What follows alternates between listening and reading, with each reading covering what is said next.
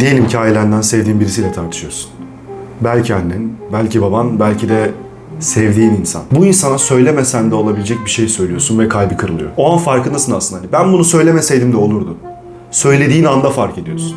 Ama o an kendini tutamıyorsun herhangi bir sebepten dolayı. İşte bugün ortadan bunu kaldıracağız. Senin beyninde amigdala denen bir kısım var. Bu kısım senin kaç savaş ya da don tepkilerinden sorumlu. Ve etrafta gördüğün tüm o bilgisayar oyunları, tüm telefon oyunları fark etmez. Tüm oyunlar. Yediğin yiyecekler, sağlıksız yiyecekler, dondurmadır, odur budur. Ya da o tüm gün telefonu eline alıp kaydırmaların sabahtan akşama kadar. Amigdalanı gitgide büyütüyor. Yani normalde belki şu kadar olan amigdalan gitgide büyüyor, gitgide büyüyor. Bu şuna yol açıyor.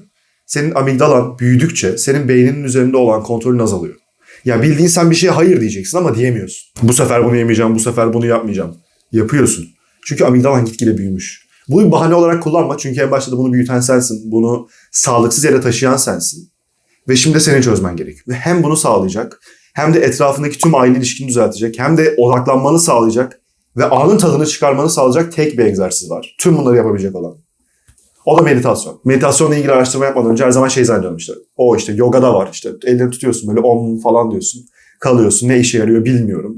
Sadece insanlar yapıyor falan ve çok da sıkıcı gözüküyor. Yani niye durup böyle bacaklarımı birleştirip om yapayım ki? Ama aslında küçük bir araştırmaya başladığın zaman olayın sadece oturup om yapmaktan fazlası olduğunu ya da ne şekilde durduğunun hiçbir önemi olmadığını anlıyorsun. İstiyorsan amuda kalk öyle meditasyon yap hiç fark etmez. Şimdi çok fazla meditasyon çeşitleri var ama bu videoda asıl anlatmak istediğim çeşidi nefesine odaklandı. Zihnini tamamen o ana yönlendirmen üzerinde bir meditasyon olacaktı. Şimdi ben bunu yaparken tek yaptığım şey nefesime odaklanmaktı. Yani ya nefes alırken nefesini kontrol etmeye ya da verirken tekrar bir şekilde kontrollü vermeye. Az çok nefesimle alakalı şeyleri. Bu sana nasıl kolay geliyorsa hiç fark etmez.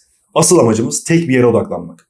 Sen bunu defalarca kez yaptığın zaman atıyorum 3 dakikalığına, 5 dakikalığına, 10 dakikalığına, yarım saatliğine meditasyon yaptığın zaman arada sırada sağdan soldan böyle farklı düşünceler gelecek.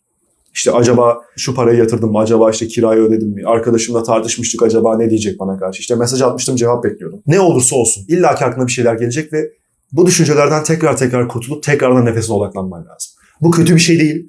Asıl senin meditasyonu geliştirdiği yer burası. Yani senin aklına farklı düşünceler gelmesi lazım ve seni sağa sola götürmesi lazım ki sen de tekrar geri dönüp beynini güçlendiresin. Yani şey gibi düşün. Her kafan sağa sola gidip tekrar geri odaklandığın zaman bunu bir defa biceps curl gibi düşün. Yani bicepsini geliştiriyorsun. Her aklın sağa sola gittiği zaman beynin biraz daha güçleniyor. Biraz daha güçleniyor. Bu kas geliştirmek gibi de değil. İşte ilk 2 yıl aldım ağırlıkları elime kaldırdım. Kaslarım hızlı büyüdü artık yavaşlayacak gibi de değil. Diyelim sen 1 aydan beri meditasyon yapıyor.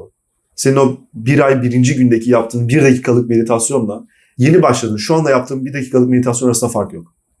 Yani etkisi şöyle azalmıyor. Her zaman lineer, her zaman düzgün. Her zaman x eksenine paralel bir şekilde gidiyor. İşte en güzel kısmı da burası. Çünkü yaptığın hiçbir egzersiz, hiçbir saniyesi boşa gitmiyor ya da az etkili değil. Ve bunu gerçekten bir hafta boyunca tekrar et. 5 dakika, 10 dakika, günlük ne kadar yapabiliyorsan. İstiyorsan 10 saniyeyle başla. Ya da günlük bir defa nefes alıp vererek başla. Ve diyelim meditasyon yapmaya başladın bir hafta boyunca o kadar hızlı görüyorsun ki etkilerini. Ben kitap okumaya başlarken meditasyon yapmaya başladım. Çünkü kitaplara odaklanamıyordum. Zaten küçüklüğümden beri bilgisayarla büyümüşüm, YouTube'la büyümüşüm. İşte daha sonra TikTok çıkmış, Reels çıkmış. Shorts çıkmış. Hepsinde sürekli 2 saniye bir şeylere odaklanmaya alışmışım. O kadar zor gelmişti ki. 2 sayfa okuyordum. 3. sayfada aklım sağa sola gidiyordu. Ve tekrardan odaklanmam zor oluyordu. Çünkü sağdaki soldaki şeyleri düşünmek kitap okumaktan daha eğlenceli geliyordu her zaman. Ama ne zaman meditasyon yapmaya başladım? O zaman 10 sayfa, 20 sayfa, 30 sayfa gerçekten o kitabı elime alıp odaklanabilmeyi başardım. Gerçekten çok etkili ve bu işte sadece belli bir ideolojiye ya da belli bir spor kültürüne ait olan bir şey değil. Her insanın yapması gereken bir şey. Ben ne zaman meditasyon yapmaya başladım? O zaman bir insanla konuşurken söylediğim kelimeleri daha iyi seçtim. Birisiyle mi konuşuyorum? A'yı mı söyleyeceğim? O A'yı söylemeden önce aklımda bir anda duruyor. Çok ilginç. Gerçekten çok ilginç. O yarattığı küçük milisaniyeler, o küçük saliseler benim karar mekanizmamı değiştirdi.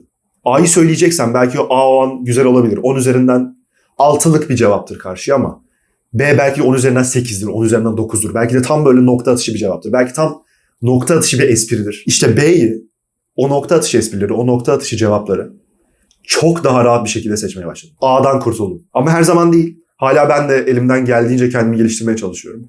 Her zaman B'yi söyleyemiyorum. Bazen A da çıkıyor ama en azından A'yı söylerken bile B'yi söyleyebileceğimin farkında oluyorum. Ve belki de bir sonraki sefer ya da ondan sonraki sefer bu sefer ağzımdan B çıkıyor. Hayatında bunun ne kadar çok şey değiştirebileceğinin farkında ol bu arada. Bu gerçekten inanılmaz bir yetenek. O yüzden bana küçük bir söz vermeni istiyorum. Bu videodan sonra müsait olduğun bir zaman. Kendine yalan söyleme. Belki şu an bile müsaitsindir. Videoyu durdur. Ya da videoyu kapat. İşte diğer belki izleyeceğin videolar vardır. Yapacağın bir bekle. 10 saniye 15 saniye. Nefesine odaklan. Nefesini bırak. Nefesine odaklan. Nefesini bırak. Böyle. Birazcık egzersiz yap. Bunu 1 hafta sürdür, 2 hafta sürdür. En fazla ne kaybedersin ki? Totalde 10-15 dakika mı? 20 dakika mı? Hiçbir şey. Ve eğer işime yaramazsa gel yüzüme tükür. O kadar da ciddi söylüyorum. Bu videoluk bende bu kadar. Videoyu beğen ve yorum at. Hem algoritmayı desteklemiş olursun, hem de en azından etrafında senin gibi düşünen insanların sayısının artmasına yardımcı olursun. Bir sonraki videoda görüşmek üzere. Kendine iyi bak.